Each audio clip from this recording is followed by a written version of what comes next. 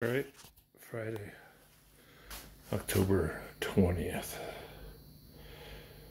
And what have I done? I put these decorative pieces on the bow. And I put the half round strip on the rub rail.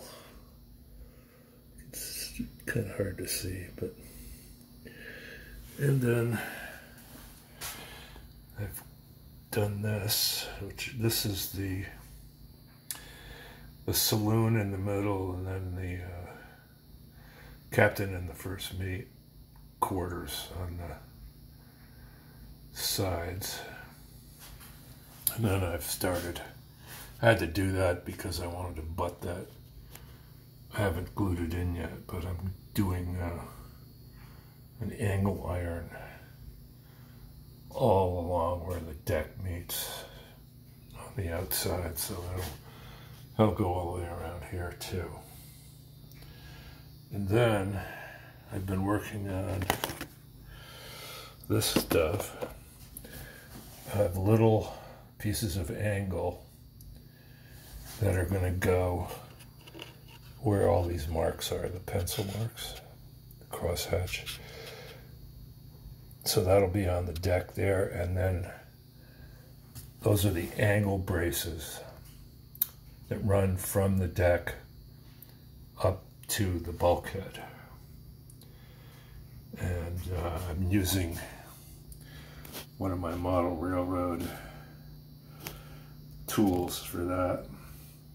This thing is kind of worth having. It's got a little razor blade in it, and you can, I've made my own little angle guide there. So I went through and cut all the 30-degree angles. Now I'm just cutting all the 60s. So that's where we're at. And one other thing, there was a lot of confusion in my mind about this. This is the general arrangement of Deemount. And the reason early on I thought there was no general arrangement drawing is because I have 2 copies of this book. And the one I was using out here in the shop is the early one. It must be the first edition. And that one has no general arrangement drawing.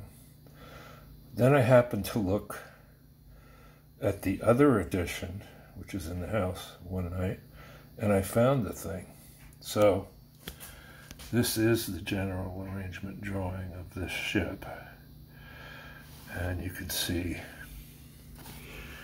right there, that's the chart room. And I guess the steward and the cook have quarters there. And back here you have the engineer's water closet, and I think you have the galley is in the middle, right there, and then there's like a mess room. Then up front, you get the firemen and the ABs. And I got all these bits to get. I didn't realize there were so many. So it looks like there's 6 double bits there, and then up on the bow there must be another one in the middle. Another interesting thing about this ship, this is there are two separate hatches here. And this short one here is for the bunkers, coal for the steam plant, which is kind of odd. I mean, on the Ben Ain, this stuff is moved forward, and the bunkers hatch is right behind the bridge.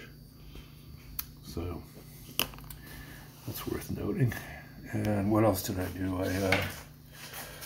I cleaned up the the rudder area a little.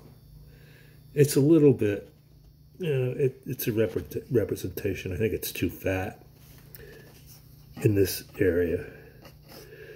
As these pieces were actually forged one solid piece of steel, went around and carried the rudder just like the stem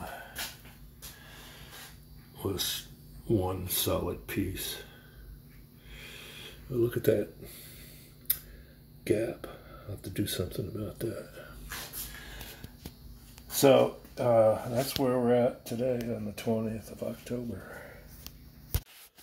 Okay, so it's Monday, October 23rd. And I've been working on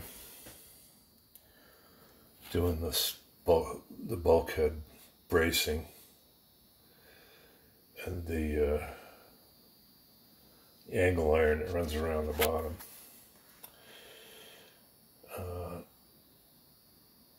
Yeah, and I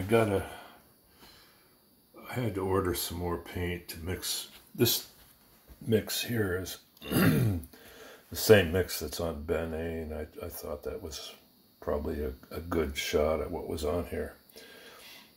But I ran out of it, so I tried to mix up some other paints to match it, but for one thing, this is glossy, this panel, that new paint. So I've ordered some more. It's a Humbrol mixture, 2 of 118 to 1 of 82, the Humbrol numbers. What else have I done here? Yeah, here I put.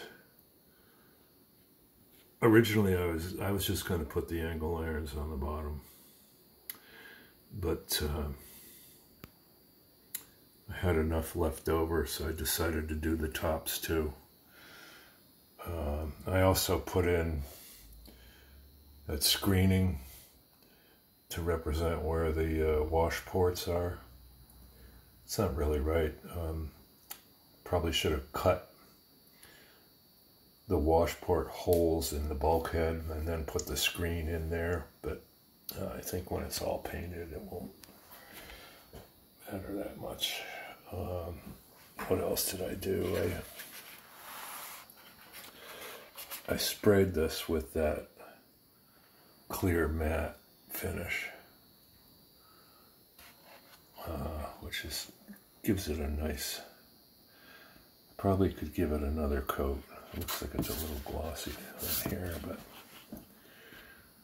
the detail shows up where the rivets show up better when there's a matte finish. And then, okay, so then the last thing to do on this bulkhead is these vertical rivet strips on the outside. I'm going to add them on the inside too. They might not be in exactly the same place, but luckily you can't see both sides at the same time, so you, unless you're super anal, you're not going to know that they may not match. They may not match because of the bracing. I set the bracing up on every 5 feet, and I didn't pay any attention to where those outside rivet strips were. So that's about it for today. I'll put this thing up. I think the next thing after I finish all the that bracing on the bulkhead is I'm going to do this in wood, the deck. Then I think I'll start on these hatch covers. And then, of course, the rear house and the bridge and all of that stuff's got to be done. So that's where it's at today.